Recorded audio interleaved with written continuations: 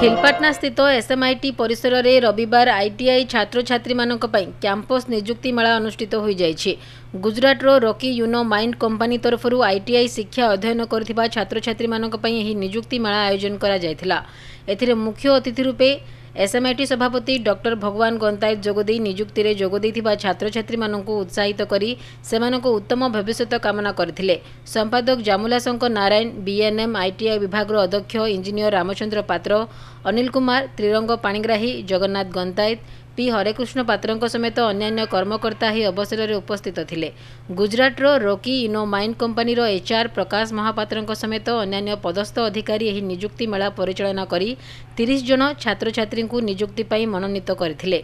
गुजरात रो विभिन्न स्थान में चलित मास शेष सुधा छात्र छात्री माने कार्य रे जोग देबे बोली ठारे सभापति डॉक्टर गंतायत सूचना देथिले।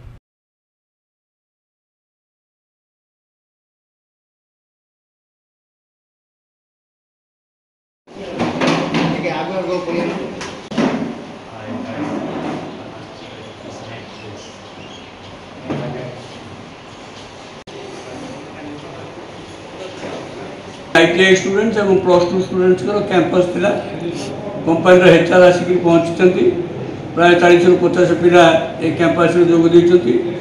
तेणु भितर सी जहाँ कहते एचआर जहाँ कहते सब जाक पिला को बाछिकी नेबे। यांकर दरमा हम 15,000 टंका एवं खाइबा गोटे बेला फ्री। पिला माने बाछि सारा पर पिला माने तांगे जाकी नियुक्ति पत्र प्रदान करेंगे, जाकी नियुक्ति हेबे। आशा रखुची भविष्य में कैंपस हो पिला माने ए कैंपस भाग नौता।